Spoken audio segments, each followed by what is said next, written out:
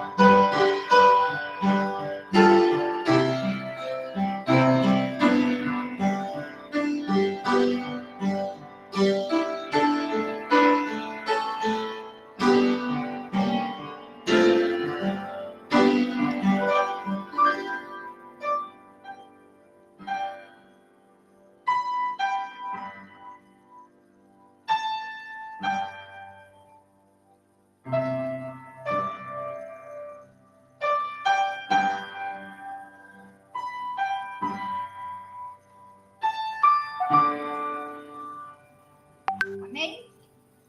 Agora, o Carlos poderia compartilhar na nossa letra, Carlos? Essa música, ela assim, quando a gente põe ela para cantar na língua nossa ou de qualquer outra língua, tradução, ela nunca fica muito boa. Então, se você achar uma versão boa em português, uma época eu pesquisei bastante, né?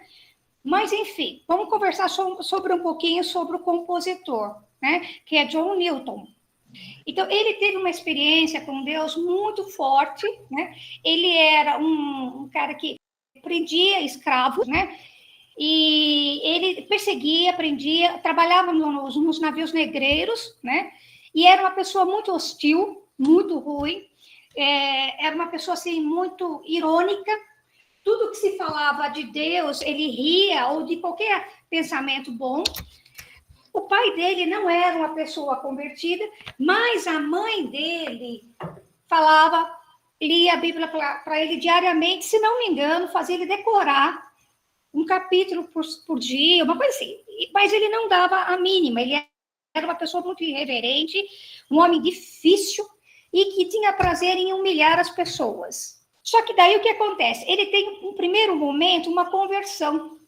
Ele teve contato depois com alguns pregadores famosos, John Wesley, né? E depois ele se tornou um grande poeta e depois se tornou também um pastor anglicano. Se eu estiver errado em alguma coisa aqui, tá? Um pastor anglicano. E aí, nas suas pregações, ele usava muito os seus poemas, né? Como pregação. E essa música, o Amazing Grace, a primeira tradução dessa letra, a música que ele pensava era análise e expectativa da fé. Não é só maravilhosa graça. Ele queria ser analisado e ter uma expectativa de fé, né? Uma expectativa de fé. E aí, ele, como poeta, ele começou a escrever, e essa música virou, vamos dizer assim, o carro-chefe dele, tá? Nas suas pregações. Porque ele se sentia extremamente pecador, ele se sentia extremamente errado.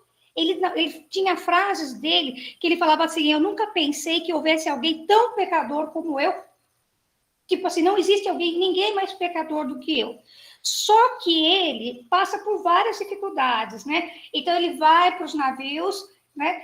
Supostamente ele acha que está convertido, mas ele não está convertido, ele continua zombando, ele continua pelos interesses pessoais, traficando escravos, porque ele ganhava bem, mesmo com aquela experiência que ele estava começando a ter com Deus, com Jesus. Mas o que acontece? Chega uma hora, uma dessas embarcações, ele nega um monte de coisa, ele era insubordinado com os seus chefes, com todo mundo. Ele fica preso como um escravo. Então, ele viveu como um escravo. Então, ele sabe que é ser um escravo. Então, ele foi açoitado, ele apanhou, ele ficou no porão, ele viu tudo. E aí, ele pega lá naquele momento que ele passa por tudo isso, ele é embarcado para outra viagem. E nisso, houve uma tempestade muito forte, né? E aí, nessa tempestade, ele usa essa frase, né? Se essa tragédia não vai terminar, que o Senhor tenha misericórdia de nós. E aí, a verdadeira entrega dele a Jesus, né? E aí, de fato, ele pega aquele livro Imitação de Cristo, que nós já lemos, né? Que é um grande livro, e aí ele lê aquele livro. E aí ele começa a ler Mateus bastante, né? O livro de Mateus. E aí ele vai se convertendo de fato. Porque até então, ele era uma pessoa que conhecia a Bíblia, que tinha uma experiência, mas aí naquele momento. Aí ele muda de papel. Ele já não passa mais ser um escravagista, mas ele pega e resgata as pessoas, né? Resgata os negros e começa a trabalhar em prol disso, juntamente com o John Wesley. Mas tem uma coisa interessante na vida dele, é que ele foi comparado com o filho pródigo, né? Aquele que perdeu tudo, aquele que pecou, aquele que deixou tudo, que pediu a sua herança para o pai antes do pai morrer. E é interessante, um filho pede uma herança antes do pai morrer, ele está falando para o pai morrer. Morreu meu pai, então eu quero tudo que é meu. Então ele mata o pai. Mas mesmo assim, ele pega... Esse filho vai, a gente sabe toda a história, gasta tudo e vê que fica sem comida, né? Mas quando ele volta, e aí o compositor, ele compara a vida do filho pródigo com ele, com a experiência dele. Que aí Deus vem com a sua maravilhosa graça, com a sua infinita bondade, né? E coloca na sua mão a roupa, que é a roupa de Cristo, né? Coloca o anel, que significa a aliança dele, exclusividade. Eu sou exclusiva do meu marido, né? Quando a gente fala em aliança, eu sou exclusiva do meu marido, eu sou dele, né? É a aliança e o calçado para separar ele do mundo, né? Então, aí ele vê assim que ele foi igual ao filho pródigo, ele teve uma experiência igual, né? E aí essa letra aí maravilhosa, né? Graça maravilhosa, como é doce o som. Vocês sentiram essa docilidade na música? Né? E é interessante que essa música, ela é feita, não precisa entender muita coisa, tá? Sobre uma escala que a gente chama pentatônica. E essa escala pentatônica, ela é feita de penta 5 notas. Então eu uso. Tá? Então eu vou fazer aqui de novo, né? Ó. Sol, lá, si, ré, mi. Eu uso essas notas. Eu fiz a pentatônica da escala que eu toquei na tonalidade, né? Então, ela traz essa coisa doce, né? Que a gente acabou de tocar. O que mais que ela traz, assim, quando a gente está ouvindo? O que mais que vocês sentem? Sabe, por nós mesmos, o nosso esforço não vai nos levar a nada, né? E, às vezes, nós precisamos ter essa graça transbordante e ir até o desgraçado.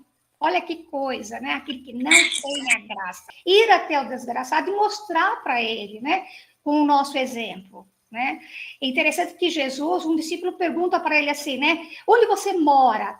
Aí Jesus fala assim, venha comigo. Então, quer dizer, eu vou lá e falo, venha comigo, venha ver como é que eu vivo, como é a minha vida, né? Aí eu estou falando da verdadeira graça, né? Eu estou falando do evangelho que eu vivo de fato. Então, essa coisa, nós pegarmos a graça e levarmos também para aquele que está sem a graça, né? A maravilhosa graça. Então, aqui, que salvou um miserável como eu. Eu estava perdido. E realmente, ele era um homem perdido, terrível. Se você lê a biografia dele, você fica assim horrorizado. Era cego, mas agora vejo, né?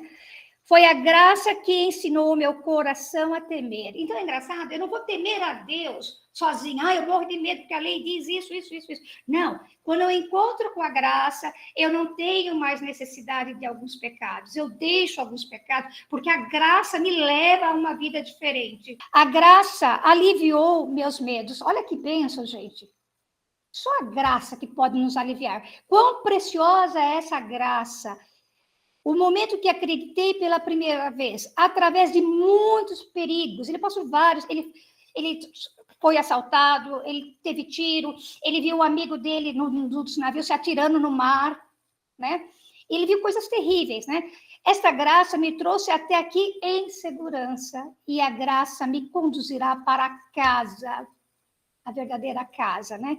E lá no final, deixa eu ver, quando estivermos lá há 10 mil anos, brilhantes como o sol, não teremos menos dias para cantar e louvar a Deus. Olha que coisa. Se a gente ler correndo essa frase, a gente ia dizer, não teremos dias para louvar a Deus. Não teremos menos dias, vamos ter todos os dias para louvar a Deus. Graça maravilhosa. Como é doce o som que salvou um miserável como eu. Estava perdido, mas agora fui encontrado. Então, queridos, que a gente possa ter esse momento da tarde, nossa, pensar nessa graça maravilhosa, lembrar do filho pródigo, lembrar que por nós mesmos nós não vamos alcançar essa perfeição que a gente luta tanto, né? Então, somente pela misericórdia de Deus. Amém? Então, só para a gente encerrar, aí o Carlos conduz.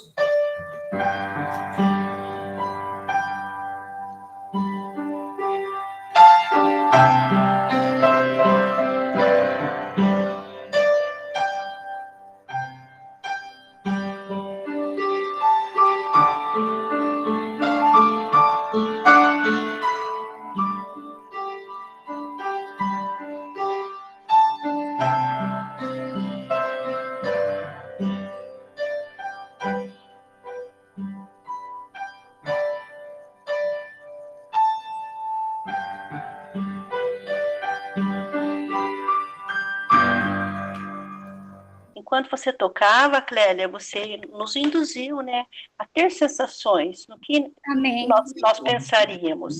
E me veio, Clélia, um momento, uma vez, um lazer, uma chácara nas imediações da Castelo Branco. Faz muito tempo, mas muito tempo. E você tocava no teclado um hino, eu não sei o nome, eu só lembro esse refrãozinho que fala: que seja doce, doce som Amém. Para ti. Amém. Me veio aquela imagem daquele encontro. Foi um retiro, um lazer, um domingo.